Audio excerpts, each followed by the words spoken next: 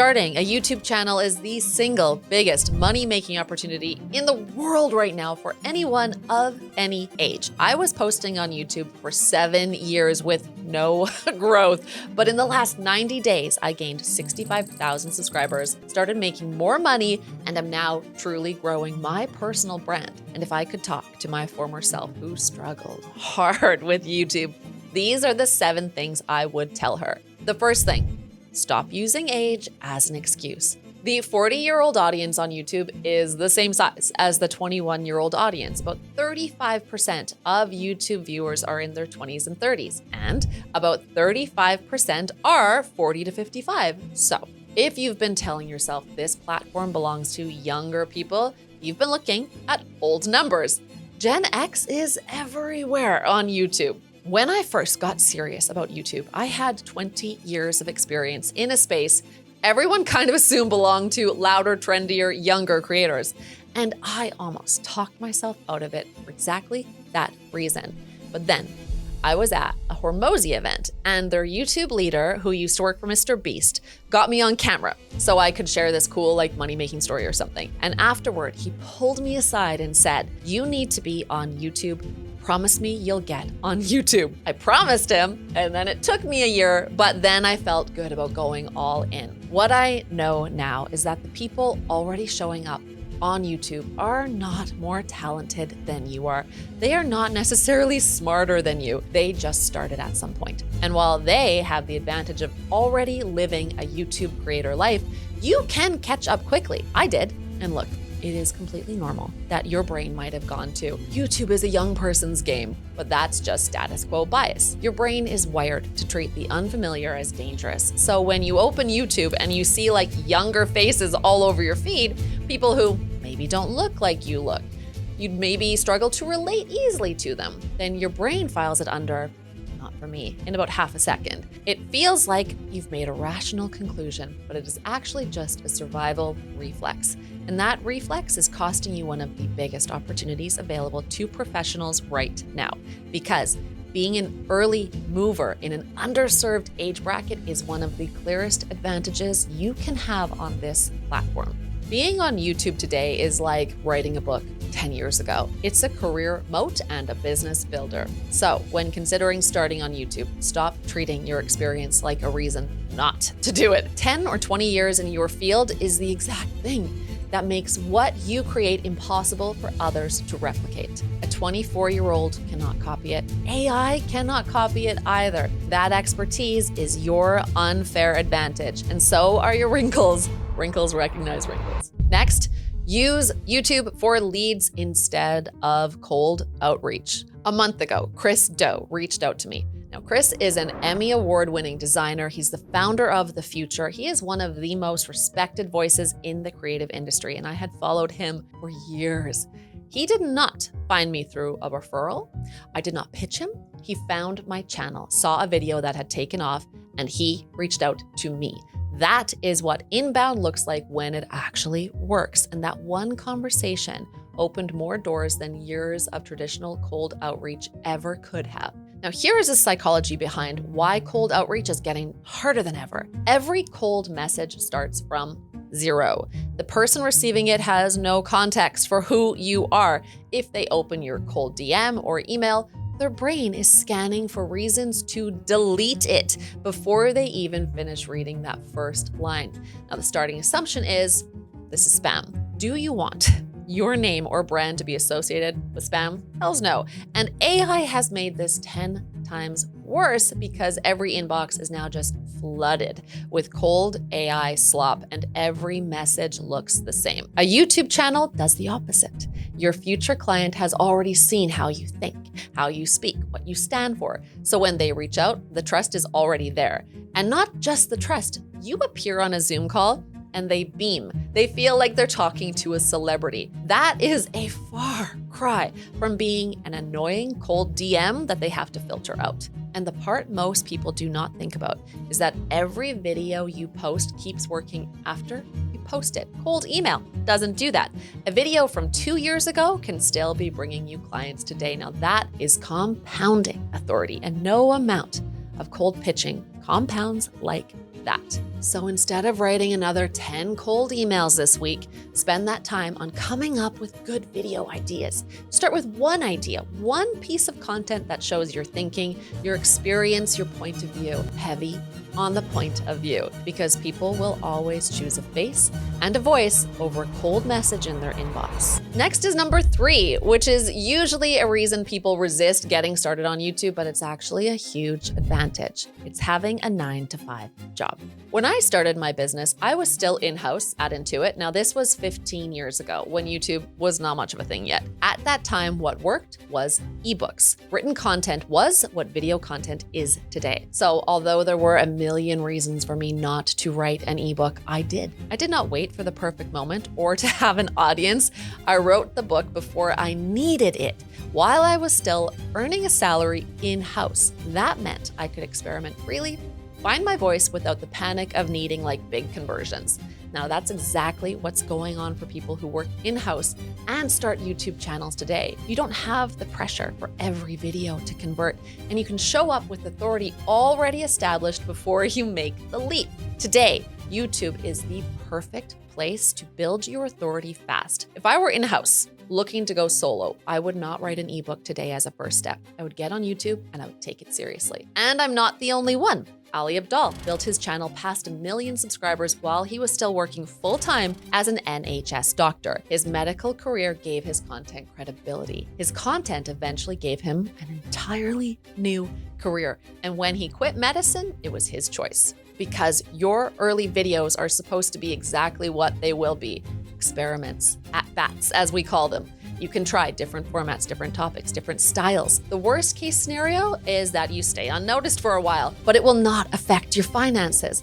When you're in-house with a salary, you have got the freedom to try different things, and that freedom is what lets you build something genuine instead of something desperate. It is exactly why most new creators who quit their job first never make it through this phase. The financial pressure forces them to compromise their content before they ever find their voice. Or worse, they get distracted and stop producing YouTube content consistently. And I will be honest with you, even inside my own business, there was pressure. The person managing our finances, our CFO, kept asking me when YouTube was going to start making money, more than once. And although YouTube can and will bring you leads pretty fast, it does not generate quick revenue in most cases. It generates compounding authority. It is a short and a long game. The people asking, "Where's the return?" are right to wonder, but they're measuring the wrong thing on the wrong timeline. The return is not this quarter.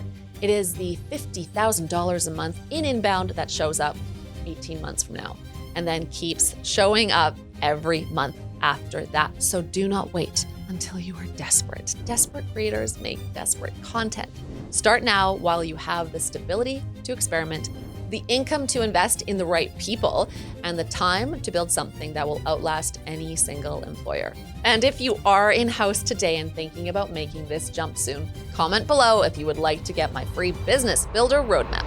The 4th piece of advice I would give anyone unsure about starting on YouTube is something that you can do right from the very beginning. Come up with ideas like a strategist, not like a content creator. This skill is what I call Trojan horse marketing. Find what your audience is actively searching for on Google and YouTube. That is real demand that already exists. And then you embed your message inside it. To figure out if an idea is worth pursuing, I use a 3-part test that the top creators use: demand, brand, stand.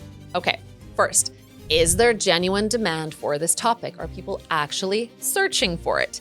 Consider both what's trending broadly and what's attracted views over time. Second, does it fit your brand and what you are selling? If your goal is to consult with beauty brands on their packaging, consider ideas about packaging and beauty branding, even if the trendiest videos on YouTube are about productivity hacks for students. And third, are you genuinely interested in it? Can you stand up for it and deliver content about it well because you find the idea fascinating?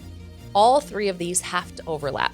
If one is missing, the idea either will never get found, will not convert, or will not hold your attention long enough for it to do well. Demand, brand, stand.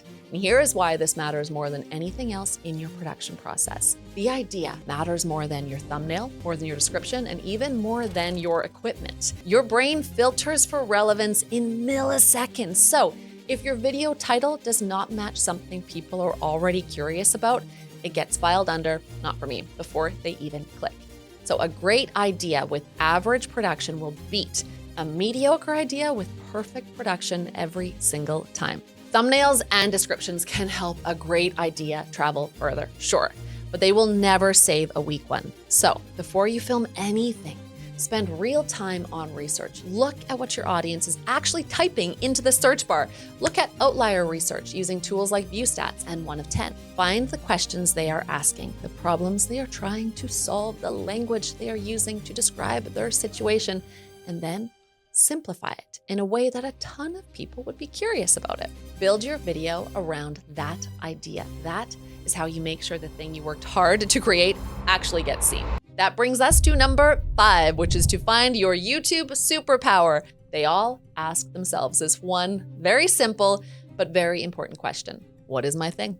And no, it's not your job title, not your industry. I mean your actual, specific, irreplaceable, and rare thing. And this matters because YouTube is full of people talking about the same topics.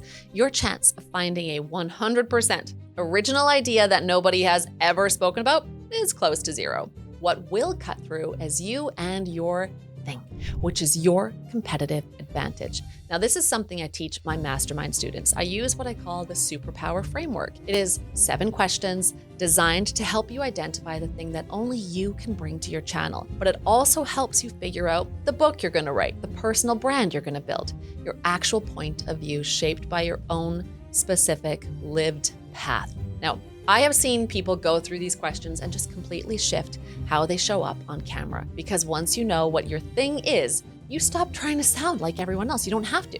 You stop second guessing every video. You have a clear line from who you are to what you make. And when you think about it, it makes complete sense. Our brains are wired to mirror the dominant voices in any category. So when you start a channel without knowing your specific angle, you will naturally try to sound like whoever you've been watching most. Feels safer. Feels like the right tone. It's proven, right?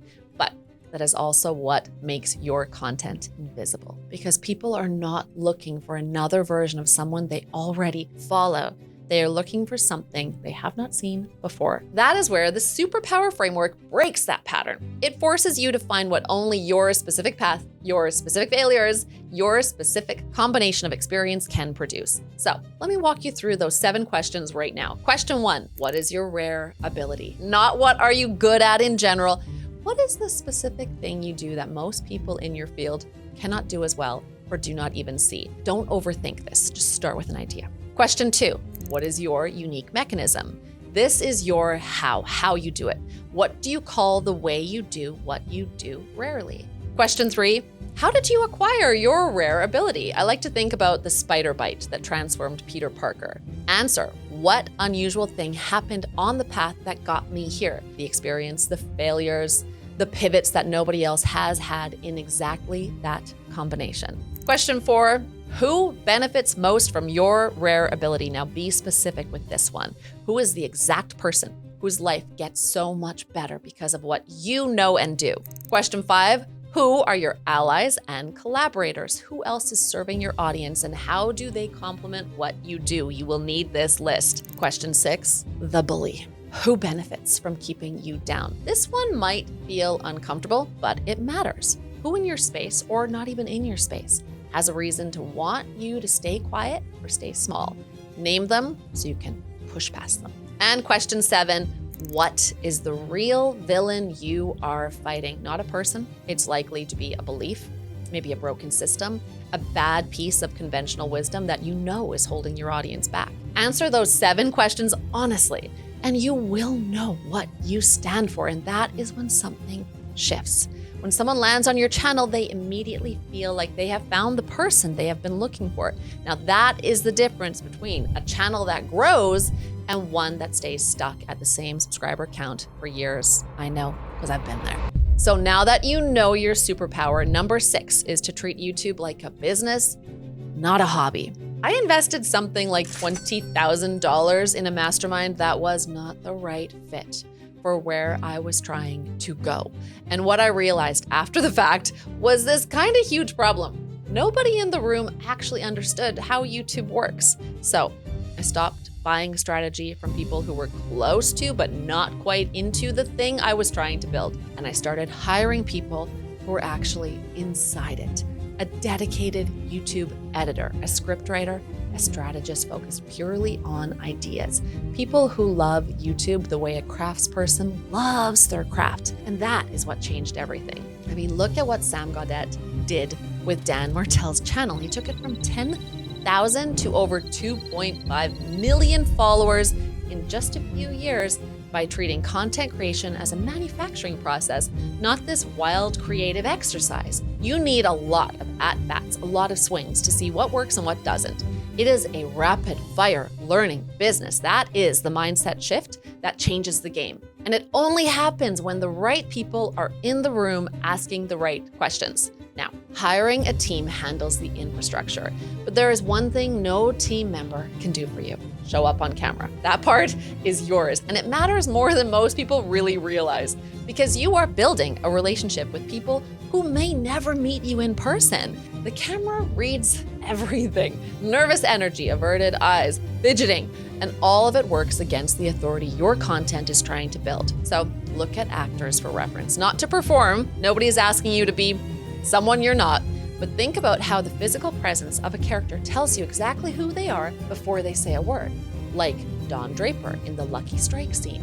He does not rush. He does not fill silence. He does not over-explain. He holds the room. He's not afraid of or intimidated by the room. Now that principle translates directly to YouTube. Slow down. Hold the frame. Let the idea breathe. Talk with a friend. That is how you build trust with an audience you've never met. No, this is not a performance. Don't act. So this week, before you film anything, ask yourself 2 questions. First, do I have the right people around me who actually understand this platform and like it? And second, when I sit in front of that camera, am I showing up with the confidence of someone who has something real to say, or am I like rushing through it, hoping nobody notices? Because the answer to those 2 questions will tell you everything about where your channel is headed. And the last tip, number 7, build the machine, not just the content. Look at the people you may follow right now. Sunny Lenarduzzi, for instance. She did not build her audience by going viral. She built it by being obsessively intentional about 3 things: how she showed up on screen, how consistently she published, and where she sent people after they watched. And when you break it down, it is actually pretty simple. First, your setup. Do not build a fixed studio early on. The algorithm rewards variety and movement, and locking yourself into one look before you have even figured out what works, that will hurt you. So rent spaces. Platforms like PeerSpace make this easy. Stay flexible. Your only non-negotiable constant should be your face. It should always be the brightest thing on screen, because that is where the connection happens. Shoot in 4K with 2 cameras so you can cut between angles and keep the energy alive, but don't overthink your tech. Everyone starts with tech and backgrounds, and that won't matter with bad ideas or no rare point of view. Script your hooks first, both visual and written, because if you lose your viewer's attention in the first 3 seconds, nothing else in that video matters. Make sure you script this stuff if you're not natural at just like riffing. Idea generation and scripting should take up about half of your YouTube time. Second, your publishing schedule. 1 long-form video a week, 1 short per day. Long-form builds authority, shorts drive discovery, and you need both running at the same time. And the moment something gets traction, like a topic takes off, double down on it. Do not keep experimenting when something has already proven that it's working. Try the same topic in different formats. Third, your loop. Now, YouTube is where they discover you, but Instagram or TikTok is where they message you, where they start a real conversation, where the relationship actually begins. So build that loop today, not when your channel is already growing, because by then it's probably too late. So before you film your next video or your very first one, Write down 3 things: where you are filming and why, how often you are publishing, and where someone can actually reach you after they watch. Because the people who figure out those 3 things early are not the ones who get lucky. They're the ones who are still here 2 years from now with an audience that came to them. Those were the 7 things I would do if I were starting my YouTube channel from scratch today. And if you want to know how to find your first clients using your content, I made a video on exactly that, and it is worth watching next.